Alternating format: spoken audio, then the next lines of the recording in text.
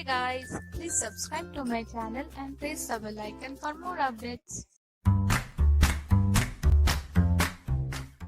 Hi everyone, welcome to my channel. তো আমি আজকে আপনাদের ভেজ হোয়াইট সস পাস্তা বানিয়ে দেখাবো। আমি এটা খুব হেলদি করে বানিয়েছি, খুব কম চিজ ইউজ করেছি, বাট খেতে খুব ইয়াম্মি হয়। তো চলো আমরা এটা বানিয়ে ফেলি। ফার্স্টেই আমি এখানে 1.5 কাপ পাস্তা নিয়েছি। গরম জলে আমি এটা অ্যাড করলাম, আর 1 টেবিলস্পুন অয়েল অ্যাড করলাম। অয়েলটা নেব যাতে পাস্তাটা লেগে না যায়। আর একটুখানি নুন স্বাদ মতো নিয়ে নিয়েছি। আমাদের পাস্তাটা খুব বেশি যাতে কুক না হয়ে যায় সেদিকে খেয়াল রাখতে হবে। আমরা 75% কুক করবো এটা। ভেজিটেবলসের মধ্যে baby corn, green Chillies, capsicum, carrots and corn আমরা ইউজ করেছি। তো তোমরা তোমাদের পছন্দ মতো যে কোনো ভেজিটেবলস ইউজ করতে পারো। আর অনিয়ন নিয়েছি একটা। স্পাইসেসে আমি এখানে কারি লিভস ইউজ করেছি, তোমরা অরিগানো ইউজ করতে পারো। নুন তো আমাদের লাগছেই। লাগছে রেড চিলি ফ্লেক্স। আর আমি এখানে পাস্তা মশালা ইউজ করেছি, এটা কমপ্লিটলি অপশনাল, তোমরা নিলে নিতেও পারো। ফার্স্টে আমরা হোয়াইট সস রেডি করে নেব। তার জন্য আমাদের 1 কাপ দুধ লাগছে, আর 2 টেবিলস্পুন অফ ময়দা আমরা ইউজ করব। ফার্স্টেই আমরা একটা বোলের মধ্যে 1/2 কাপ দুধ নিয়ে নেব, অ্যান্ড আমাদের যে ময়দাটা রয়েছে সেটা অ্যাড করে নেব। তো ভালোভাবে এই দুটোকে আমাদের মিক্স করতে হবে, অ্যান্ড দেন আমাদের যে বাকি দুধটা রয়েছে সেটা অ্যাড করে নেব। পুরো ভালোভাবে এই মিক্সচারটা তৈরি করতে হবে যাতে ময়দা একটু না লেগে থাকে। তারপর আমরা একটা প্যানের মধ্যে 1/2 টেবিলস্পুন অয়েল নিয়েছি। আমি এখানে সাদা তেল ইউজ করছি। আর নিয়েছি 1 কিউব অফ বাটার। বাটারটা আমাদের ফ্লেভারের জন্য। অ্যান্ড দেন গরম হয়ে গেলে তেল আমরা পেঁয়াজ অ্যাড করছি।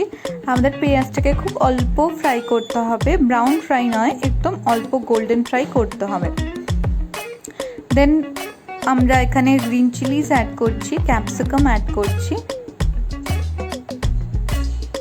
অ্যান্ড ক্যারটস অ্যাড করছি। এইগুলোকে ভালোভাবে আমাদের ফ্রাই করে নিতে হবে যাতে এইগুলো খুব ভালোভাবে ফ্রাই হয়ে যায়। অ্যান্ড দেন আমরা কর্ন এবং বেবি কর্নটা অ্যাড করে নেব। আমাদের এটা প্রপারলি কুক করতে হবে যেন একটু ক্রাঞ্চিনেস থাকে, ওভারকুক না হয়ে যায়।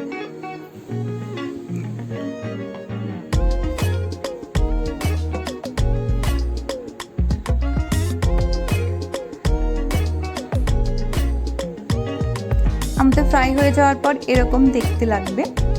দেন আমাদের ভেজিসগুলো পুরোপুরি ভালোভাবে ফ্রাই হয়ে যাওয়ার পর আমরা যে হোয়াইট মিক্সচারটা রেডি করেছিলাম সেটা অ্যাড করে দেবো।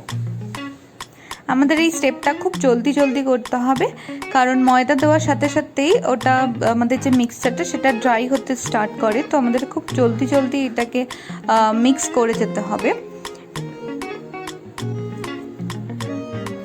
আমাদের যাতে মিক্সারটা পুড়ে না যায় সেই জন্য আমি এখানে অল্প একটুখানি জল অ্যাড করে নিলাম।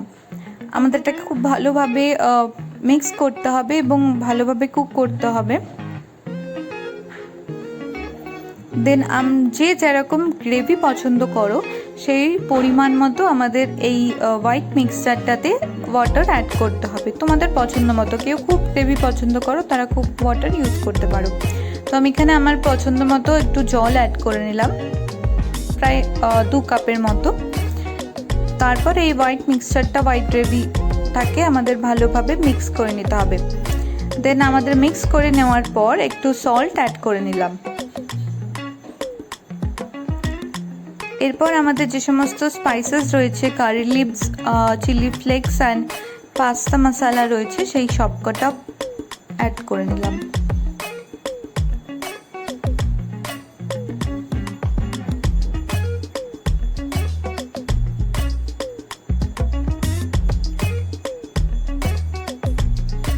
সবকটা মশলা অ্যাড করে নেওয়ার পর আমাদের খুব ভালোভাবে এটাকে মিক্স করতে হবে এবং বয়েল করতে হবে যাতে আমাদের হোয়াইট সসটা রেডি হয়ে যায়। আমাদের হোয়াইট সস একটু বয়েল হওয়ার পর আমরা এখানে চিজ স্প্রেড ইউজ করছি। তোমরা চিজ কিউব বা যে কোনো চিজ তোমরা ইউজ করতে পারো।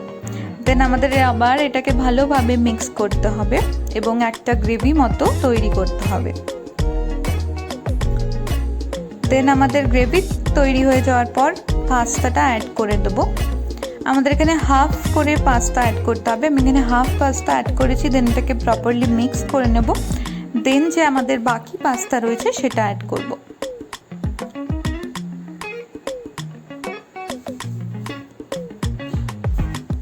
আমাদের এই স্টেপটা পুরোটাই মিডিয়াম ফ্লেমে রাখতে হবে, যেন হাই ফ্লেমে না থাকে, তাহলে নিচের দিকটা পুড়ে যাওয়ার সম্ভাবনা থাকে। তো পুরোটাই মিডিয়াম ফ্লেমে আমরা মিক্স করে নেব।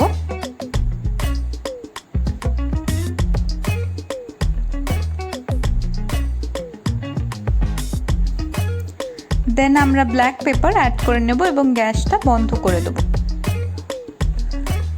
ব্ল্যাক পেপার অ্যাড করার পর আমরা অল্প একটুখানি মিক্স করে নেব, তাহলেই আমাদের পাস্তা রেডি।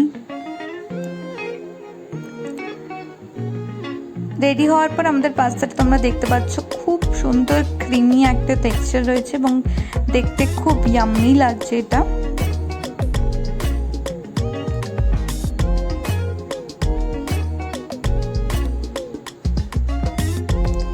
তাহলে এটা আমরা গরম গরম প্লেটে সার্ভ করে দেবো। কেউ ওপর দিয়ে চিজও ছড়িয়ে নিতে পারো। আমি যেহেতু এটা হেলদি রাখার চেষ্টা করেছি তো আমি চিজ ইউজ করিনি। তো তোমাদের রেসিপিটা ভালো লাগলে নিশ্চয়ই বাড়িতে ট্রাই করো এবং আমাকে ইউটিউবে সাবস্ক্রাইব করো। Thank you.